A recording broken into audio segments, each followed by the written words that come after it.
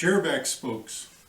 You're looking at, up until today, was my least favorite part of the whole Windsor chair making process. They're traditionally made with hand tools. You start with a splitting froe, then you go on your shaving horse, you go with a draw knife and then a spoke shave. I tried that way and I did not get good results. I don't know if it was a combination of my equipment and my wood and just my skill level. It took a lot of time and I wasn't getting good results. So I knew I'd have to find some other way of doing it. I made these on the lathe and they came out okay, but boy, they took a long time, about an hour per spoke, and for each chair that's a lot of time. I just had to find a way where I could do this using mechanized methods that was repeatable and safe, and they turned out okay. And I took some inspiration from the Wood Gears website. On that page, Matthias shows how to go on the joiner table and with a special sled give them the correct taper at either end on the joiner. My joiner, the bed wasn't long enough to do that, at least not for these chairs because the spokes are 30 inches long. But I took that same principle and I figured out a way to do it on my router table. So I've already made 7 or 8 of them in no time at all. And I think I've hit it. I think I've found my way of making these. So I'll show you how I did it. So we start with a blank that's 3/4 of an inch cut square. The hole's piloted at either end and it cut just long enough to fit into the jig. We put that 3/4 of an inch blank into our jig, and the way this is set up is that it'll ride in the miter slot of our router table, and this will take the bit of the router will take a shallow slice all along the length of it, except it'll take a bigger bite here and get shallower, progressively shallower as it travels along, because the final product we want to be conical. We want it to be tapered on either end and have the high spot be somewhere around here.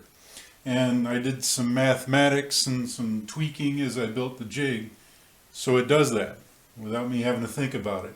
The blank can spin in here, and we're going to make a series of cuts all along the length, and each time we're going to turn it.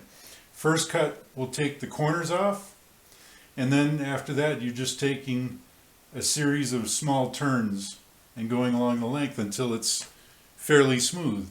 The end product will need some sanding, but it's repeatable.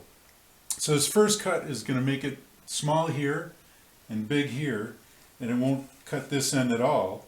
And on the opposite end of the jig, we're going to pull a piece out, stick it in here, and this is sized up to take it from the other side and have the high spot be here. So I'll work along and film it, and I'll do some running commentary as I go.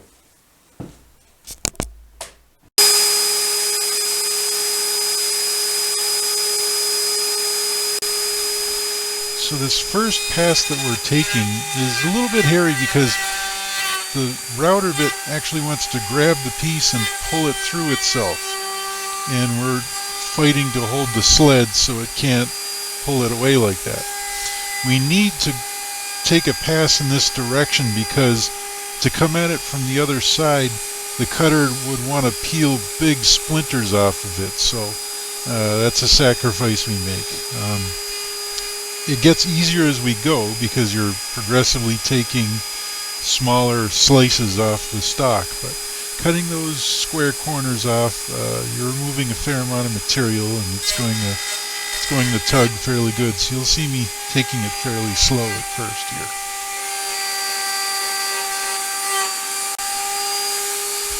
You'll notice that block of walnut that's clamped onto the fence of the router. That's acting as the outfeed table of the joiner. It's stopping the router bit from wanting to pull the work into itself. Those thin spokes, they they can flex, especially walnut. It's not as hard as a maple stave would be. So that keeps it from chattering. When I first experimented with this, I had some problems with it chattering, and I had to take it extremely slow. But once I put that block there, it solved that problem, and I found I was able to run it in either direction. Like you'll see me backing the work out after I've made my cut, and that block allows me to do that. Otherwise, I would have to pass it through completely and then pull it out and run it through from the same side again.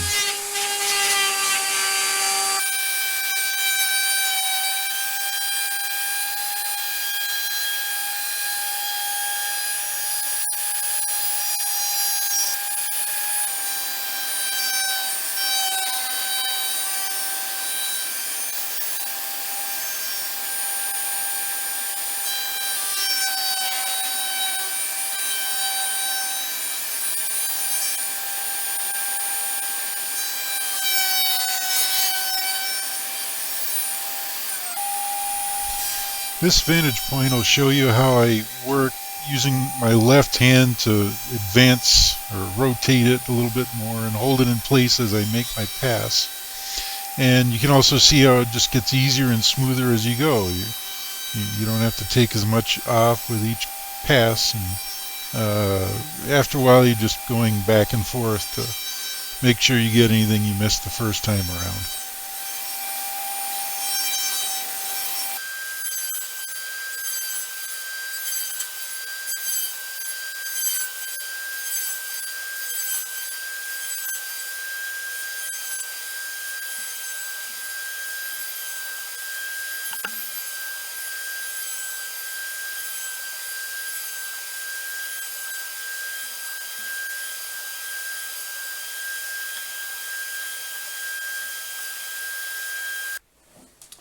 So we've given our blink this wonderful conical taper. It's small at this end and gets larger as it goes that way. So now what we're going to do is pull it out, flip the jig over, and set it up on the opposite side to cut the taper in this end. So like before, our first few cuts, we're going to be very careful because we're taking a fairly deep bite and the bit wants to pull the sled through itself. So we're hanging on pretty well, and this pass is easier than the first one because, as you can see, we're only cutting about half as much as we did the first time around.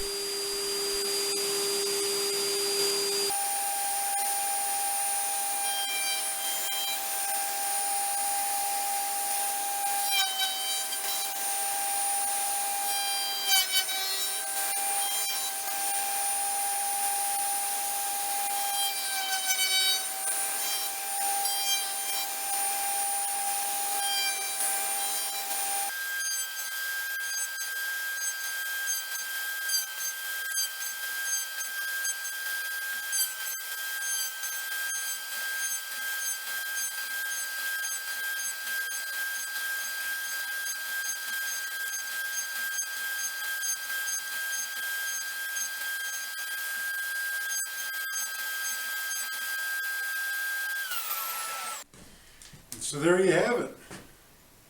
It's a ½ inch at either end.